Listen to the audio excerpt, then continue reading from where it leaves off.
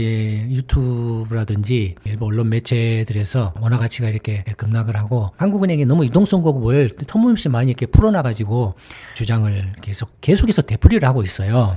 한국은행도 반박하는 자료를 발표를 했죠. 최근 유동성 상황에 대한 이해라는 제목으로. 근데 반박하는 내용을 보면 저희 연구소가 그동안에 유튜브 상에서 주장을 해왔던 내용을 그대로 지금 반복을 하고 있어요. 한국은행이. 다시 한번 말씀드리지만 저희 연구소가 굳이 무슨 한국은행을 이렇게 옹호해주거나 대변해주거나 감싸줄 이유가 하등이 없어요. 한국은행하고 아무런 관계가 없어요. 어쨌든 보다 더 객관적인 데이터나 논리적인 근거를 통해서 지금의 한국의 경제 상황, 환율 상황이라든지 부동산 상황이라든지 이런 것들을 이렇게 정확하게 파악할 수 있도록 도움을 주는 의미에서 이제 그런 자료들을 저희가 공개를 하고 있는 거죠. 그러면 한국은행이 정말 터무니없이 이동성 공급을 하고 있느냐를 이렇게 한번 이제 살펴보기 위해서 한국은행만을 딱 따로 떼어가지고 이야기하면 사람들이 몰라요. 한국과 미국과 일본 세 개 나라의 M2 증가율을 이렇게 비교를 해보면은 한국은행의 유동성을 막 쏟아붓는지 않는지를 비교할 수 있잖아요. 그 엉터리 유튜버들이나 언론 매체들의 보도들은 뭐냐면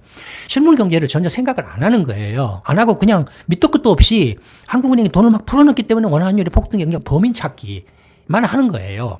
그렇게 자극적이고 선동적인 그런 것들이 일반 대중들의 관심을 끌기가 쉽다라고 생각을 하는 거겠죠. 이제 미국의 경우에 도대체 이 달러 유동성 비율이 실물 경제 대비 왜 이렇게 극단적으로 떨어지고 있느냐? 그 이유는 이거에 있습니다.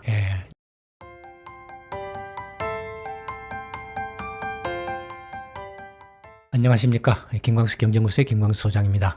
여전히 원달러 환율이 지금 상당히 높은 수준에서 이렇게 왔다 갔다 하고 있고, 그런가 하면 이제 서울을 비롯한 일부 수도권 지역에서 이제 부동산 가격이 급등세를 보이고 있는 그런 상황이죠. 그와 관련해서 이제 유튜브라든지 일부 언론 매체들에서 원달러 원화 가치가 이렇게 급락을 하고, 그다음에 서울 등의 부동산 가격이 급등한 주 원인이 한국은행이 통화 정책을 잘못했기 때문에 그렇다. 한국은행이 너무 유동성 공급을 터무니없이 많이 이렇게 풀어나가지고 돈이 시중에 넘쳐나가지고 원화가 종이 쪼가게 돼서 원달러 환율도 폭등을 하고 부동산 가격도 폭등을 하고 있다라는 이제 그런 게 주장을 계속해서 되풀이를 하고 있어요.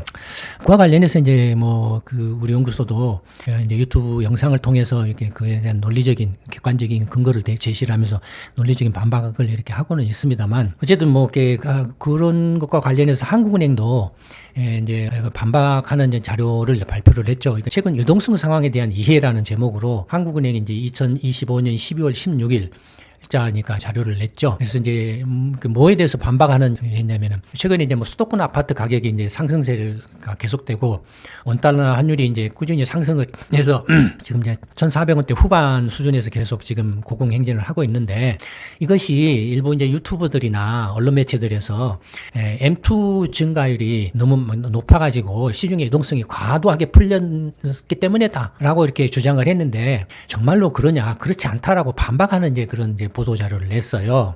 근데 반박하는 내용을 보면 저희 연구소가 그동안에 유튜브 상에서 주장을 해왔던 내용을 그대로 지금 반복을 하고 있어요. 한국은행이. 물론 이제 한국은행도 똑같이 생각을 했겠죠. 왜냐면은 똑같은 경제 데이터를 가지고서 그 문제의 근원이나 핵심 경제 구조를 이렇게 분석을 하는데 수준이 비슷비슷하니까 수준이 비슷하다라면은 같은 결론을 낼 수밖에 없겠죠. 그릇된 정보가 이렇게 난무하는 것은 어제 오늘의 일이 아닌 것 같아요. 그리고 이게 문제는 뭐냐면 그런 잘못된 정보나 엉터리 정보, 그릇된 정보가 계속 반복해서 되풀이돼서 계속 나오고 있다라는 거예요. 그래서 거의 막 세뇌하다시피 주입식으로 되풀이를 하고 있다라는 게 문제가 좀 심각하지 않나 그렇게 생각이 됩니다.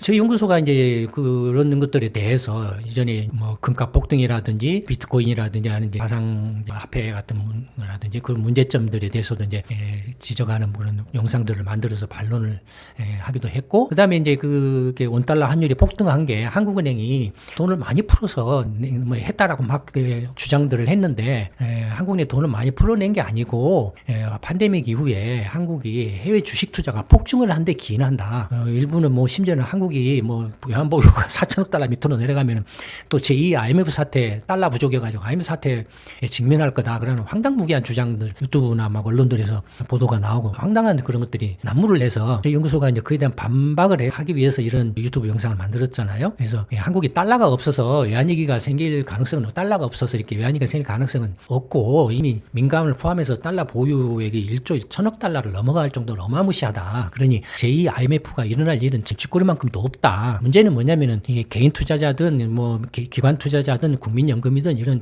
투자자들이 그 팬데믹 이후에 미국 주식으로 엄청나게 투자를 했다. 그것이 이제 원달러 환율 폭등의 그 주 원인이다. 근데 한국만 그런 게 아니고 일본도 마찬가지로 이렇게 미국 주식에 엄청나게 투자를 하고 유럽도 어마어마하게 미국 주식에 투자를 했다. 그래서 전 세계적으로 팬데믹 이후에 미국 주식에 어마어마하게 투자를 하다 보니 달러 초단독 강세가 벌어졌다. 모든 통화에 대해서 달러가 단독 강세를 보이는 그런 상황이 벌어졌다라고 이렇게 설명을 했죠. 그 데이터를 통해서 다 객관적인 근거, 뭐 FRB 데이터나 미국의 데이터라든지 그 미국 재무성 데이터들을 다 통해서 분석해가지고 그 근거들을 제시해서 이렇게 설명을 했죠. 그럼에도 불구하고 여전히 원달러 환율이 폭등하는 원인이 한국은행이 유동성을 많이 풀어내서 그렇다. 또 부동산 가격이 폭등한 게 또 한국은행 유동성을 많이 풀어내서 그렇다. 그래서 원화가 종이 쪼가리가 돼서 그렇다. 그 전에는 뭐라고 말했습니까? 비트코인이나 스테이블코인 막 떠들어댈 때는 달러가 종이 쪼가리 됐다라고 막 떠들었죠. 유튜버들이나 언론 매체들이. 그러다 그런 이제 달러가 종이 쪼가리 됐다는 소리는 쑥 들어가 버린 것 같아요. 지금 이제 그런 말 떠드는 사람은 별로 없어요. 지금 이제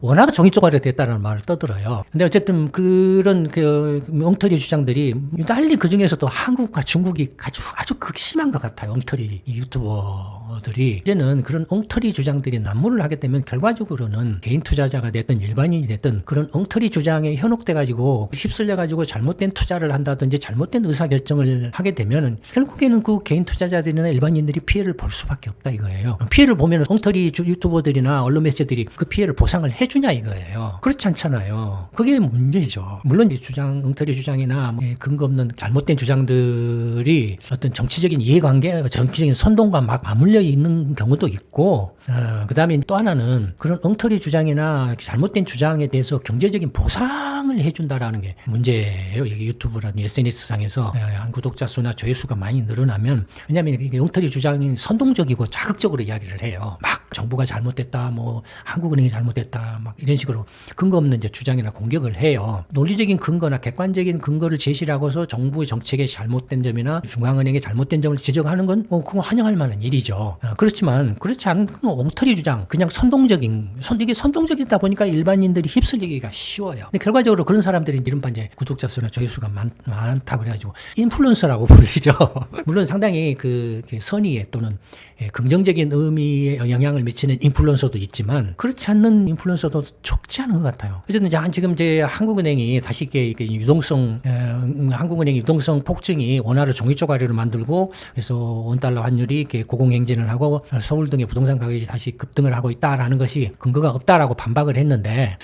한국은행의 반박과 달리 또 우리 연구소가 이렇게 독자적으로 이렇게 이제 근거를 제시를 한번 해보겠습니다. 다시 한번 말씀드리지만 저희 연구소가 굳이 무슨 한국은행을 이렇게 옹호해주거나 대변해주거나 감싸줄 이유가 하등이 없어요. 한국은행하고 아무런 관계가 없어요. 어쨌든 보다 더 객관적인 데이터나 논리적인 근거를 통해서 지금의 한국의 경제 상황, 환율 상황이라든지 부동산 상황이라든지 이런 것들을 이렇게 정확하게 파악할 수 있도록 그래서 정확하게 파악하고 그에 각해서 올바른 투자 판단이나 올바른 의사결정을 할 수 있도록 도움을 주는 의미에서 이런 유튜브상에서 이제 그런 자료들을 제시를 저희가 공개를 하고 있는 거죠. 물론 이제 글로벌 경제 보고서를 통해서도 저희가 이제 많은 글로벌 경제 상황에 대한 분석들을 제시를 하고 있죠. 형편이 되시는 분들은 글로벌 경제 보고서도 한번 참고를 해보시기 바랍니다. 많은 도움이 될 겁니다. 자, 그러면은 이제 한국은행이 이게 M2 유동성, M2 이제 통상 M2를 유동성이라고 하죠. 그래서 M2 유동성을 이렇게 많이 이렇게 풀어냈기 때문에 그렇다 하시는 이제 또 한국은행이 많이 풀어냈다는 말도 좀 잘못된 표현이에요. 뭐냐면은 한국은행은 이제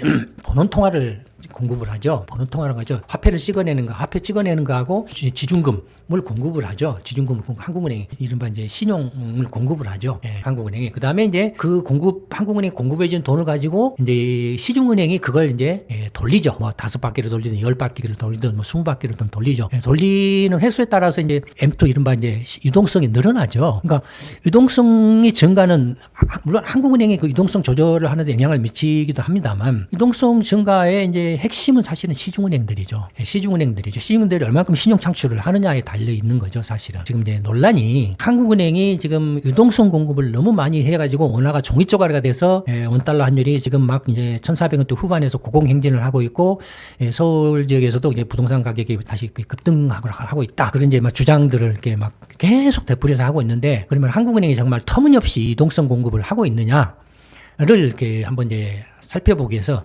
한국은행만을 딱 따로 떼어내가지고 이야기하면 사람들이 몰라요. 정말로 한국은행이 그게 적정하게 한 건지 아니면 엉터리로 한 건지를 판단하기 힘들잖아요. 그래서 미국과 일본과 한국 이 세 개 나라를 한국과 미국과 일본 세 개 나라의 M2 증가율을 이렇게 비교를 해보는 거예요. 그러면 이제 상대적으로 이제 미국이나 일본에 비해서 한국의 이제 M2 증가율이 어느 정도인가를 비교를 해보면은 한국은행의 유동성을 막 쏟아 붓는지 않는지를 비교할 수 있잖아요. 한국은행만 따로 놓고 이야기하면은 판단하기가 힘들잖아요. 그렇죠? 그래서 이 미국이니까 일본과 한국 세 개 나라의 M2 증가율 추이를 살펴보면 2001년부터 최근까지 2025년 최근까지의 월별 추이를 이렇게 살펴보면 이제 이 파란색이 미국입니다. 미국이고 초록색이 한국이에요. 주황색이 일본입니다. 보시면 어떻습니까? 팬데믹 이전까지는 한국의 M2 증가율이 높았죠. 상대적으로 높았죠. M2. 그 다음에 미국이죠. 그 다음에 이제 일본이 가장 낮죠. 그 다음에 이제 팬데믹 이후부터는 미국이 폭발적으로 이제 M2가 증가를 했죠. 어마어마하게 했죠.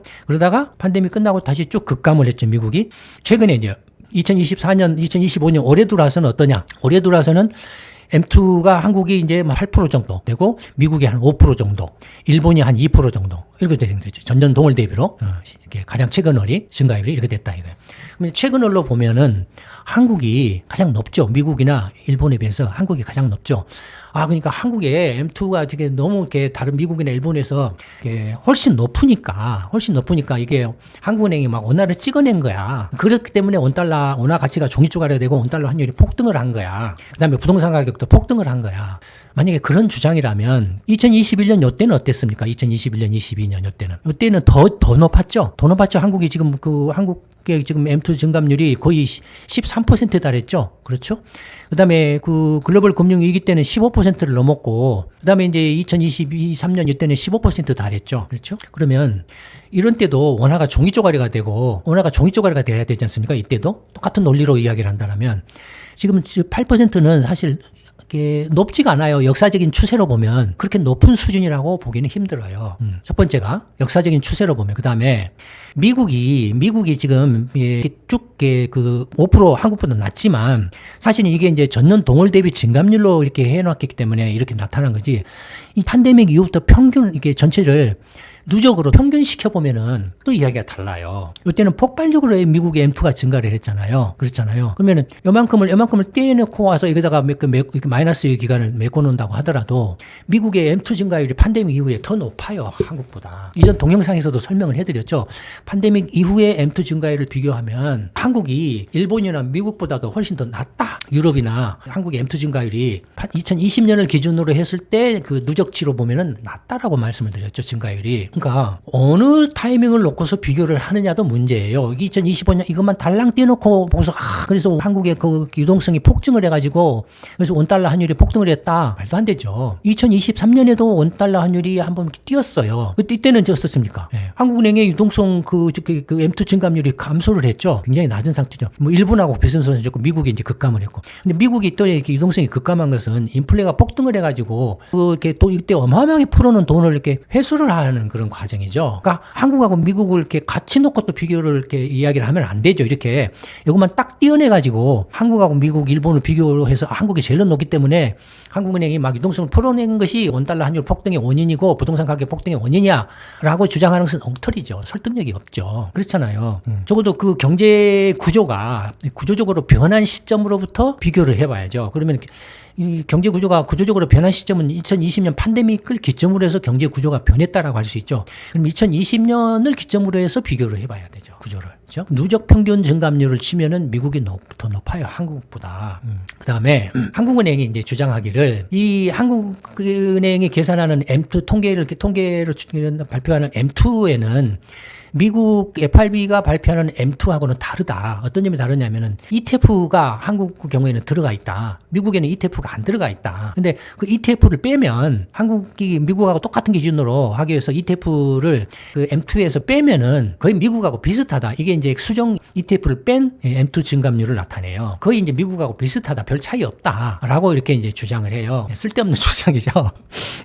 물론 이제 뭐 ETF를 놓고 빼고가 이제 M2의 어떤 정의상 합당하냐 합당하지 않느냐라는 이제 그런 논란이 있지만 굳이 지금 M2 증가율이 한국이 상대적으로 미국보다 그렇게 높지 않다라고 반론하기 위해서 이렇게 ETF를 이렇게 빼면은 뭐 조금 뭐랄까 미국하고 별 차이 없다라고 주장하는 것은 쓸데없는 이야기죠. 그것보다는 그러면 이제 이른바 통화량, 유동성 공급은 그냥 지 혼자서 막 늘리고 줄이고 하는 겁니까? 늘어나고 줄어들거나 아니면 늘리거나 줄이거나 하는 겁니까? 그건 아니죠. 유동성은 무엇에 연동합니까? 실물 경제에 연동하죠. 실물 경제 상황에. 따라서 M2 한국은행이 통화 공급이 한국은행의 유동성 공급이 적절했느냐 안 했느냐를 판단하기 위해서는 평가하기 위해서는 실물 경제하고 연계시켜서 평가를 해야 되죠. 그렇지 않습니까? 네, 그래서 실물 경제하고 이렇게 연계시켜서 한번 평가를 해보자 이거예요. 한미일 삼국을 이것도 이제 한국만 달라는 게 아니라 미국, 일본과 같이 비교를 해보는 거예요.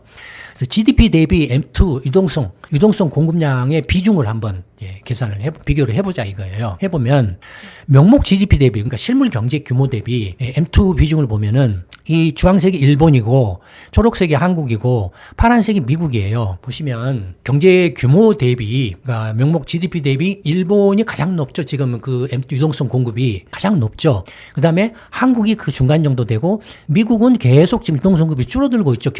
실물 경제 규모 대비 M2 공급 비율이 줄어들고 있죠. 미국은 그렇지 않습니까? 미국은 굉장히 가파르게 줄어들고 있어요. 그러니까 경제 규모로 비해 보면은 한국은행이 일본은행보다는 돈을 이렇게 유동성 공급을 막 폭발적으로 막 이렇게 한다든지 하지는 않고 있다라는 거예요. 그럼 물론 이제 미국에 비해서는 지금 일견 보면은 미국에 비해서는 굉장히 일본이나 한국이 많이 풀어내고 있는 걸로 보이죠. 미국에 비해서는 그렇잖아요. 그리고 이런 것들이 이제 원화나 엔화 가치가 달러에 비해서 상대적으로 약세일 수도 있다라는 것에 이제 어떤 해석의 자료가 될 수도 있겠죠. 그런데 그건 반틈만이에요. 그 이야기는 반틈만이에요. 왜 반틈만이냐? 뒤에 좀 말씀을 드릴게요. 이제 경제 규모 대비 GDP 대비 M2의 비중을 보면은 한국은행이 돈을 유동성을 팬데믹 이후에 팬데믹 이전부터 이렇게 조금 올라갔죠. 그러니까 팬데믹 이전부터 올라가서 팬데믹 이후에는 어떻습니까? 거의 GDP 대비로 안 늘어나고 있어요. 그렇잖아요. 경제 규모가 계속 그 경제 규모에 비해서 유동성 공급이 이렇게 계속 이렇게 증가를 한다라면은 한국은행이 지금 경제 규모에 비해서 돈을 어마어마하게 막 풀어내고 있다, 과잉으로 풀어내고 있다라고 해야 되잖아요. 이렇게 계속 늘어난다라면. 근데 지금 팬데믹 이후에는 안 늘어나고 있어요. 경제 규모에 맞춰서 이렇게 비례해서 지금 하고 있어요. 그렇잖아요. 2020년부터 경제 규모 대비 유동성 공급은 안 늘어나고 있어요. 일본은행 같은 경우는 이 경제 GDP 대비 유동성 공급 규모가 오히려 이렇게 완만하게 감소하고 있죠. 그 2010년 이후에 이렇게 증가한 것은 이제 이렇게 아베노믹스 영향들이나 이런 것들이 있죠. 이렇게 완만하게 증가를 했다가 팬데믹을 전후로 해서 일본이 이렇게 유동성이 증가를 했지만 팬데믹 이후에는 한국은 정체하고 있고 경제 규모 대비 그다음에 그 일본 같은 경우는 완만하게 감소하고 있고 이렇게 다 해요. 그럼 이걸 보면 그러니까 실물 경제 규모 대비 유동성 공급이 폭발적으로 늘어났느냐라고 주장할 수 있냐 이거예요. 그러니까 앞서 유튜브들이나 언론 매체들이 한국은행이 원화를 마구잡이로 찍어내고 유동성을 공급 늘려가지고 했기 때문에 원달러 환율이 폭등을 하고 부동산 가격이 폭등을 하고 있다라는 주장이 이걸 보면은 설득력이 없다라는 게 확 드러나죠. 그렇잖아요. 그러니까 단순히 그 엉터리 유튜버들이나 언론 매체들의 보도들은 뭐냐면 실물 경제를 전혀 생각을 안 하는 거예요. 안 하고 그냥 밑도 끝도 없이 한국은행이 돈을 막 풀어넣기 때문에 원화 환율이 폭등이 그냥 범인 찾기만 하는 거예요. 진짜 누가 범인인지를 모르고 엉터리가 가리키는 손가락 끝만 쳐다보고 저놈이 범인이야. 그래서 한국은행이 범인이야. 라는 식으로 한다 이거예요. 그렇게 자극적이고 선동적인 그런 것들이 일반 대중들의 관심을 끌기가 쉽다라고 생각을 하는 거겠죠. 그러면 일본이 유동성 공급이 가장 높고 상대적으로 비중이 경제 규모 대비 돈을 풀어낸 것이 높고 그 다음에 한국이고 미국은 적다 이거예요. 그러면 왜 그러냐? 실질 성장률을 한번 봐보자 이거. 실질 GDP 성장률을 봐보자. 5년 이동평균 성장률인데 이 한국의 실질 성장률은 어떻습니까? 계속 2000년 이후부터 최근에 이렇게 계속 감소하고 있죠. 그래서 2% 밑까지 떨어지고 있죠. 한국의 실질 GDP 성장률이 계속 지금 감소하고 있죠. 그러면 한국은행 입장에서 어떤 통화 정책을 펴야 되겠습니까? 성장률을 떠받치기 위한 확장적 통화 정책을 해야 되겠죠. 그런 것들이 지금 여기 완만하게 지금 이렇게 GDP 대비 통화량 증가, 상대적인 비중이 이렇게 완만하게 늘어나는 그런 걸로 표현되고 있다 이거예요. 이렇게 증가세로 표현되고 있다 이거예요. 반면에 미국 그 실질 GDP 성장률은 이게 글로벌 금융위기 때 급감했다가 다시 했지만 금융위기 이후에는 거의 2% 전반대에서 이렇게 안정적인 추이를 하고 있죠. 미국은 안정적인 추이를 하고 있어요. 근데 안정적인 추이를 하고 있으면은 미국의 그 M2 공급량도 안정적인 모습을 보여야 되는데 그렇지 않고 계속 감소하고 있다 이거예요. 그러면 미국은 달러가 부족할 거 아니에요. 경제는 안정적인 성장을 하는데 달러 이동성이 부족한 상황일 거 아니에요. 그럼 달러 이동성이 부족하다라는 건 뭘 말합니까? 달러 가치가 어마어마하게 세다라는 거 아니에요? 그렇잖아요. 그럼 미국의 물가가 어떻게 돼야 됩니까? 디플레가 일어나야죠, 미국이. 이걸로 보면은 실물 경제는 안정적으로 2% 전반대에서 이렇게 성장세를 지속을 하고 있는데 달러 GDP 대비로 이동성 공급을 계속 줄어들고 있다 이거예요. 심지어는 지금 이를 밑돌고 있어요. 팬데믹 이후에는 GDP보다도 더 적은 양의 달러 이동성을 공급을 하고 있어요. 밑돌고 있어요. 미국의 명목 GDP가 30조 달러 정도 되는데 M2가 미국 달러 M2가 한 20조 달러 정도가 조금 못 될 거예요. 그 정도로 좀 줄어든 거예요. 그러면은 미국은 미국 국내 경제에서도 달러가 모자라가지고 난리가 나야 돼요. 난리가 나야 돼요. 그렇지 않습니까? 근데 안 그렇잖아요. 오히려 인플레잖아요. 미국이 지금 디플레 달러 가치가 엄청나게 세져가지고 디플레가 일어나야 되는데 물건값이 떨어져야 되는데 아니잖아요. 반대로 인플레가 일어나잖아요.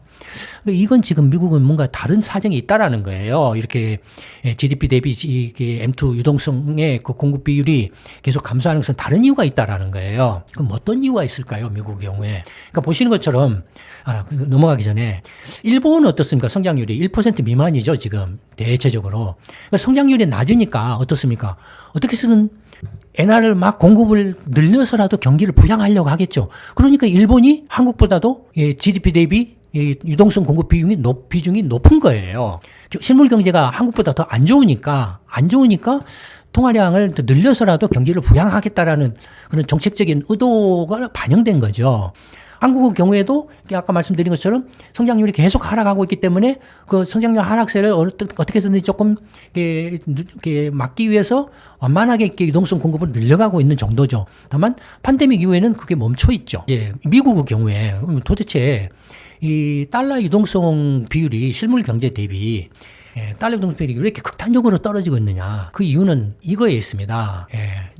기업들의 한국, 미국, 일본 이 세 나라의 기업의 자금 조달을 형태를 한번 보면은 간접금융하고 직접금융이 있어요. 간접금융은 은행을 통해서 돈을 빌리고 하는 거죠. 은행을 통해서 돈을 차입을 해서 하는 것이 간접금융이고, 그러니까 은행에 예금을 하고 은행이 대출을 하는 형태. 예금을 받아서 대출에 대한 책임은 은행이 지는 거죠. 부실이 나면 은행이 그 손해를 뒤집어 쓰는 거죠. 직접금융은 뭡니까? 증권시장이죠. 그러니까 간접금융은 예금시장이고 은행시장이고 직접금융은 증권시장이죠. 투자자들이 은행을 거치지 않고서 직접 뭐 회사채라든지 채권을 발행을 하고 또는 주식을 발행해가지고 자금을 조달하는 거죠. 그렇죠? 그게 직접금융이에요. 기업이 한미일 세 나라의 기업의 자금 조달 중에서 직접금융 비중을 한번 살펴보면은 이 파란색이 미국이고 초록색이 한국이고 주황색이 일본이에요.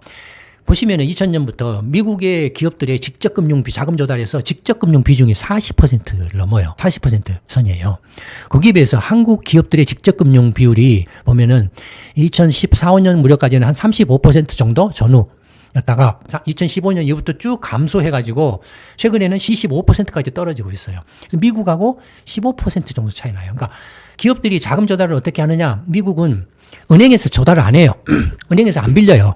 은행에서 빌려가지고 은행에다가 빌린 돈을 예치를 한다든지 그렇게 안 하고 미국 기업은 직접 자기가 회사채를 발행을 해요. 회사채를 발행을 하든지 아니면 다양한 채권을 발행을 해가지고 직접 조달을 해버려요. 시장에서 자금을. 반면에 한국 기업들은 은행에서 한 75%를 빌려요. 25%는 직접 조달을 해요. 회사채를 발행하든 뭘 채권을 발행하든 뭘 하든 직접 조달을 해요. 그러니까 75%는 은행에서 빌려가지고 은행에서 빌린 돈을 이제 은행에다가 예금을 해가지고 그 필요할 때마다 쓰잖아요. 그렇잖아요. 그러면 어떻습니까? 유동성의 차이가 직접 금융의 비중이 높은 미국 그 경우에는 상대적으로 유동성이 줄어들겠죠. 그렇죠. 기업들이 은행을 통하지 않는다라는 거예요. 은행을 안 통하고 직접 증권시장에서 자금을 조달하고 써버리기 때문에 한국 기업은 75%가 은행을 통해서 돈을 조달을 해요.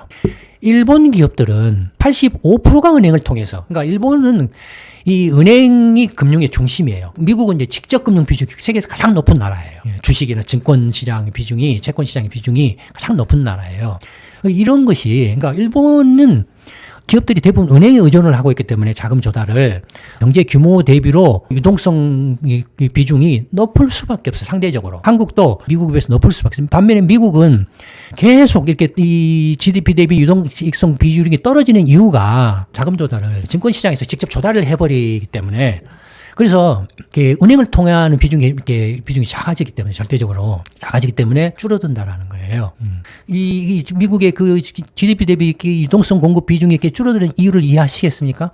그러니까 단지 유동성 공급만 그러면 딱 떼놓고 이야기를 해서 그것이 올해 들어와서 올 연초 대비 뭐 8%를 늘었다, 뭐 2022년 대비 22%가 늘었다, 뭐 이런 식으로 단락적으로 이야기를 하면은 엉터리가 되는 거예요. 경제 구조를 이렇게 파악을 이렇게 하지 못하면 엉터리 잘못된 이야기가 되는 거예요. 그렇지 않습니까? 이렇게 보시는 것처럼 15%나 차이가 나요. 한국하고 미국하고.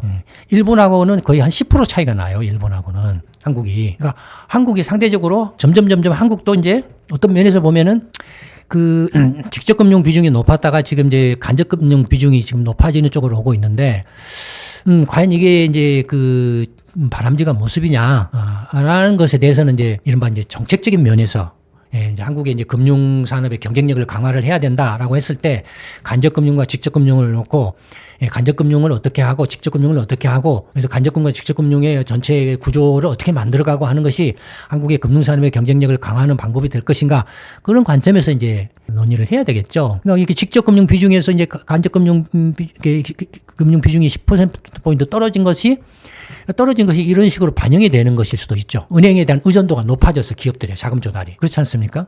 그러니까 보시는 것처럼 한국은행이 유동성을 맞게 뿌려대가지고 원달러 환율이 폭등을 하고 부동산 가격이 폭등을 했다는 주장은 명백하게 엉터리라는 걸 알 수가 있죠. 설득력이 없다라는 걸 알 수가 있죠. 그렇죠? 이런 것들을 좀 한국은행이 보도자료를 내서 나름대로는 이렇게 설명을 하고 있어요. 이 보도자료 내용을 보시면 내용이 대부분이 저희 유튜브 동영상에서 이야기했던 내용들을 하고 거의 똑같아요. 거의 95% 겹쳐요. 설명을 나름대로는 한국은행이 좀 이렇게 설명을 한다라고 하지만 보다 더 설득력 있게 하려면 이렇게 비교를 해서 금융 전체 시스템 구조 변화라든지 실물 경제, 물론 이제 한국은 GDP 대비 이렇게 이야기를 하고 있지만 미국이나 일본하고 이렇게 비교해서 하지는 않아요.